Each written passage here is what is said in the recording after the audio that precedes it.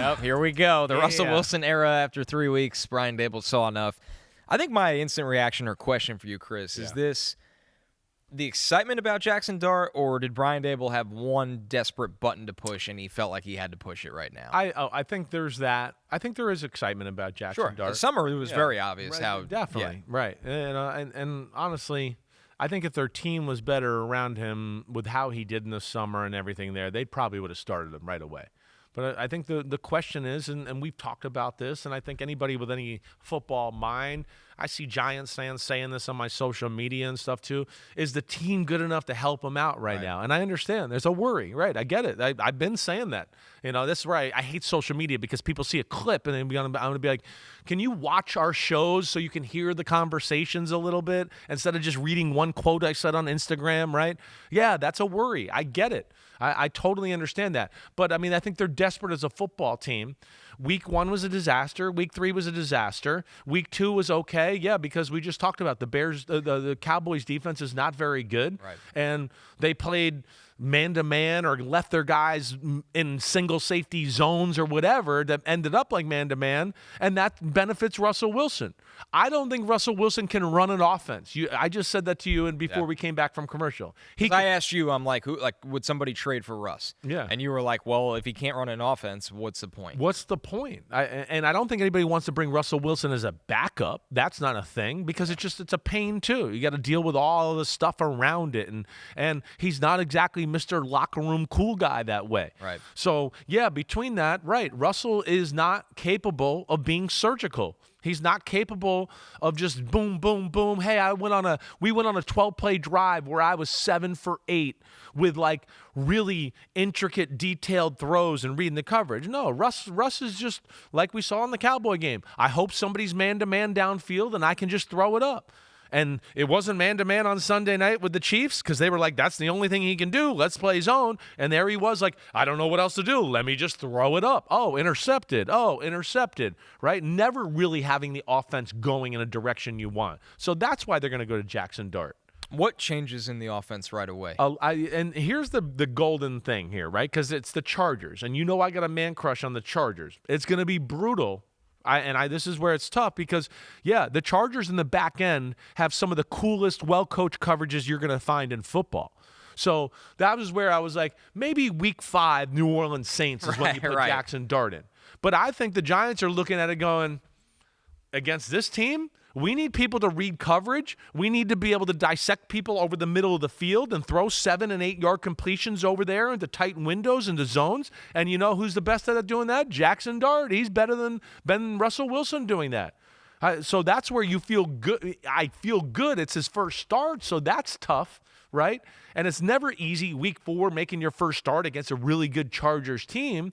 But ultimately think they're going to have more available in their offense with Jaxson Dart, especially in the drop-back passing game, than they will with Russell Wilson. Russell Wilson handcuffs people. He handcuffed Sean Payton. He handcuffed Arthur Smith. And here he handcuffed Brian Daboll to be like, I guess if we just don't get the ball one-on-one outside, we can't do anything else. So forget the rest of my offense. Now he can run their full offense with Jaxson Dart. It's just his first game, and it's going to be tough. And it is going to be tough, but I also think there's going to be some kind of jolt maybe. I agree there, too. Like, this feels like a defense that 2 out of the 3 games, they're probably looking on the field, and they're like, if we make a mistake, we're in trouble. We're in a lot of trouble today. The defense played good enough last week for them to stay and win in that game. I mean, it's just if they had an offense that could work the right way.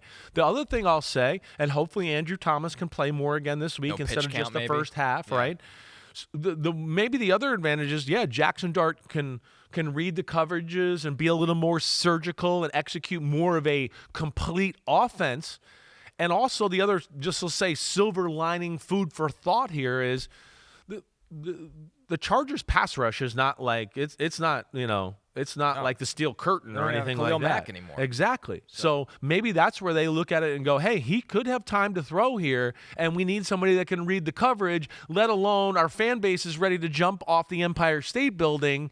And it's pitiful being a Giant fan right now, where I think all of that, and like you just said, gives us a little bit of a jolt and something to look for the future. And right now, give the defense some hope and everybody, like you said, and I hope hope that happens for the G-men. Hopefully for Jaxson Dart, build his confidence, not only against the Chargers, but the Saints the following week, because then it's Eagles, Broncos, Eagles. So the Giants, it's a brutal schedule. There's no soft landing. But let's get it going. Right. It's not going to be smooth all the time, but I think the Giant fans want to see the guy that we think's going to be the franchise, and it's time to go. Yeah, we're going to hit a few bumps in the road. Okay, we expect that. So what? Let's get him going now. It's only going to make him better later in the year. It's only going to make him better next year when he is the starting quarterback. You know me, Connor. I'm always one that's in favor of the guy playing over the guy sitting on the bench.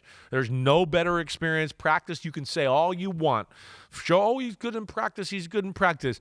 Is he good with the first time he has to drop back and there's people that are actually trying to rip his head off and the crowd's going crazy? And there's nothing that you can replicate in practice that does that game type of stuff there, and that's where you see real growth for a player. One note before we sign off, Russell Wilson will be the backup. Jameis Winston remains the number 3. Yeah. So take that. Well, they're not, there's probably a little pride in that too, right? Of like, oh, well, we can't make it look too, like, if we make them 3, it makes us look like, what the hell were we doing making them the starter, right? So you got to think of that too. The politics of the sport a little bit, I think, play into that conversation as well.